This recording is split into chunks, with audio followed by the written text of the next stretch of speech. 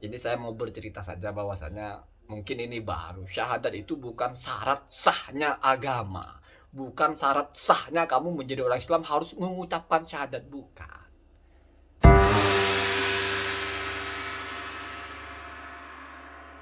Assalamualaikum warahmatullahi wabarakatuh. Bismillahirrahmanirrahim. Allahumma sholli ala sayyidina Muhammad wa ala alihi wa sahbihi ajma'in, amma ba'du.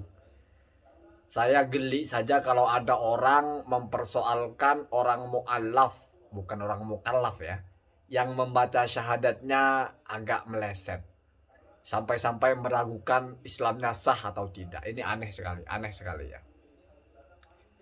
Yang pertama, kita harus paham bahwa an-nutqu bisyahadataini ini bukan syarat sahnya keislaman seseorang secara mutlak. Artinya apa?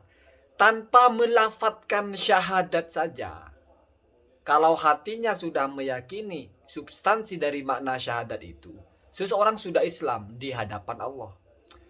Itu Anda bisa baca dalam kitab As-Adrokik misalnya, Al-Maturidiyah, Al-Asyairah. Bahkan ulama Al-Muhakkikun itu mengatakan bahwasanya cukup hati ini meyakini bahwa la ilaha illallah Muhammadur Rasulullah itu sudah Islam, sudah iman di hadapan Allah. Lalu dari mana ada kewajiban talafut dengan syahadat? Liikhbarin nas, memberitahu kepada manusia bahwa kita ini orang Islam.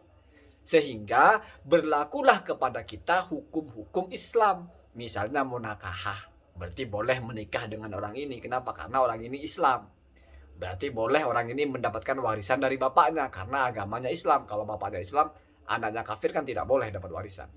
Atau kita boleh bermakmum kepada orang tersebut karena dia sudah Islam. Dan kalau dia mati kita wajib mensolati. Jadi syahadat itu bukan syarat sahnya Islam di hadapan Allah. Mengucapkannya maksudnya. Tapi syarat agar kita tahu seseorang itu Islam. Jadi hukum di hadapan manusia saja.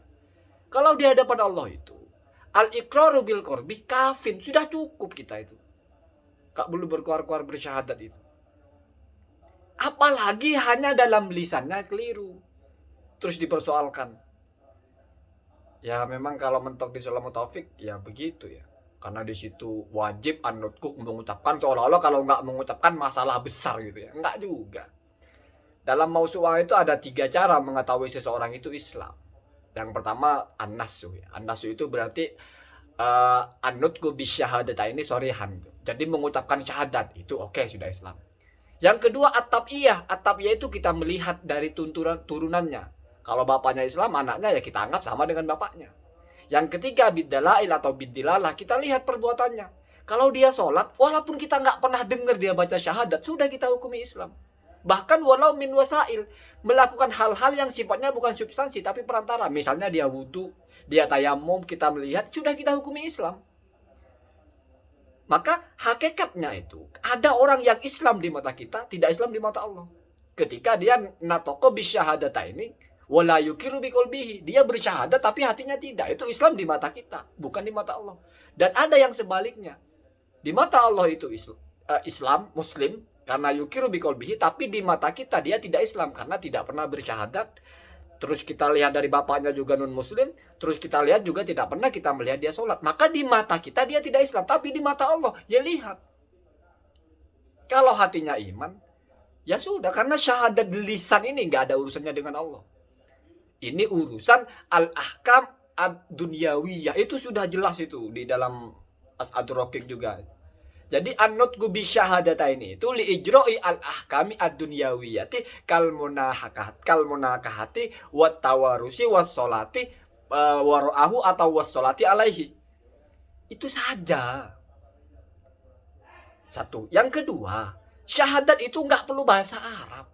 Baik mampu atau tidak mampu. Kalau dia tidak mau pakai bahasa Arab, sah-sah saja. Nggak ada yang mewajibkan pakai bahasa Arab itu. Bahkan sebaliknya pakai bahasa Arab kalau tidak tahu artinya nggak sah. Artinya kita jangan terlalu ekstrim lah. Gitu. Dalam Sahih Muslim juga orang yang yuhsinu al-arabiyah, dia bisa berbahasa Arab dengan fasih, tetapi memakai bahasa ajami sah-sah saja. Dalam Al-Hawi Al-Kabir Imam Al-Mawardi, pakai bahasa yang lain bil Faransiyah atau bil Arabiyah, pakai bahasa Persia, pakai bahasa Arab, bebas-bebas saja. Dan satu lagi juga, tidak perlu ada saksi.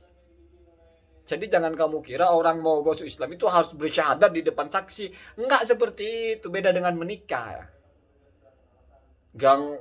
Makanya hadisnya itu mankolah. Mankolah itu siapa yang berkata itu mutlak. Baik berkata ada yang dengar, baik berkata itu ada yang menyaksikan atau tidak, itu enggak ada urusan gitu. Jadi seperti itu. Maka kalau kita membaca misalnya di sulam itu yajibu alaihi an-nutqu, wajib mengucapkan, itu dalam rangka bukan keabsahan imannya, bukan keabsahan Islamnya, tetapi agar di depan manusia dia dihukumi sebagai orang Islam. Kalau di hadapan Allah tidak perlu ucapan, tidak disyaratkan harus mengucapkan. Karena sudah ittifaq para ahli ilmu dari Asy'ariyah, Maturidiyah, wa wairuhum dan sebagainya bahwa cukup al-iqraru bil qalbi itu cukup. Walaupun dia bisa mengucapkannya, asal jelas bukan abai, artinya bukan menentang itu. Saya tidak mau bersyahadat. Nah, itu ya tetap kita hukumi dia sebagai non muslim. Kenapa? Karena atas nama apa tidak mau mengucapkan syahadat, kan begitu. Ini artinya kita ambil jalan yang pas-pas saja gitu. Islam itu kan agama, akidah, kan urusan hati. Maka orang yang berislam di hadapan orang tapi hatinya menolak, namanya munafik. Huwa muslimun fi wajhin nas wa kafirun fi wajhillah, fi nadrillah. Dia kafir di hadapan Allah. Kenapa? Karena Allah tahu hatinya. Sebaliknya, orang yang tidak bersyahadat di depan kita, terus kita menghukumi orang ini kafir, ya kita nggak salah. Kenapa nggak salah? Karena kita kan taunya yang zahir. Tetapi oleh Allah orang ini tetap dihukumi sebagai beriman. Artinya ada kasus di mana kita tidak mensolati dia, kita tidak menguburkan dia di pekuburan orang Islam, kita tidak memberikan warisannya karena bapaknya orang Islam, kita mengharamkan dia menikah dengan perempuan yang Islam, itu sah-sah saja. Kenapa? Karena kita memang tidak melihat secara nas dia Islam, tidak melihat secara dilalah dia Islam, tidak melihat secara tabiah dia Islam. Tetapi kalau di mata Allah dia tetap Islam, ya nggak ada masalah. Jadi satu orang berhukum dua itu nggak ada masalah. Itu bisa saja terjadi. Bisa saja terjadi. Misalnya seseorang yang tidak mau merusak, misalnya ada orang yang di keluarga Kristen. Kalau dia menampakkan keislamannya terancam. Akhirnya dia diam-diam dalam hatinya mengakui Islam, syahadat. Tetapi tetap kelihatannya dia tetap sebagai orang Kristen.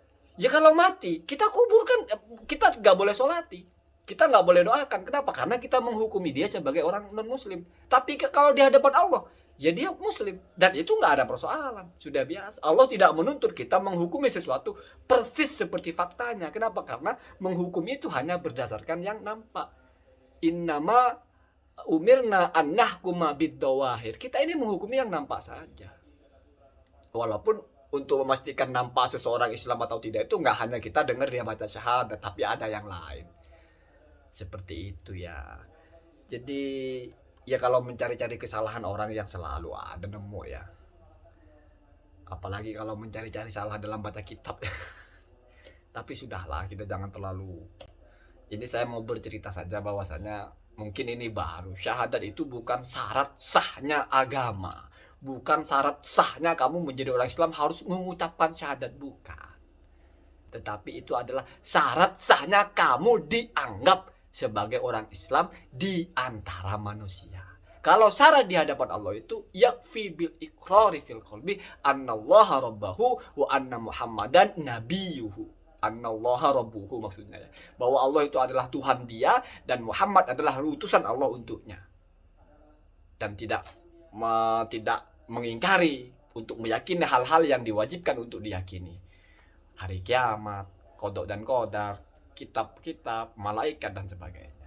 Itu semuanya tidak perlu atau bisa sah walaupun tidak pernah kita ucapkan di depan orang lain. Jangan sampai kita berpikir ini tetap kafir, di hadapan Allah juga kafir kalau nggak pernah mengucapkan syahadat. Itu berarti kita menyelisihi pendapat para ulama yang sudah jumhur ya. Dan tidak harus pakai bahasa Arab. Jadi bukan hanya boleh tidak pakai bahasa Arab, bukan hanya boleh, tidak harus gitu aja. Namanya tidak harus, ya benar ya. Maksudnya bukan hanya boleh tidak pakai bahasa Arab kalau tidak mampu, enggak. Mampu pun tidak harus pakai bahasa Arab. Boleh saja pakai bahasa apa saja. Au bima fi maknaha bahasanya, atau dengan bahasa yang maknanya sama gitu ya. Dan Allah wa yakum ajmain. Assalamualaikum warahmatullahi wabarakatuh.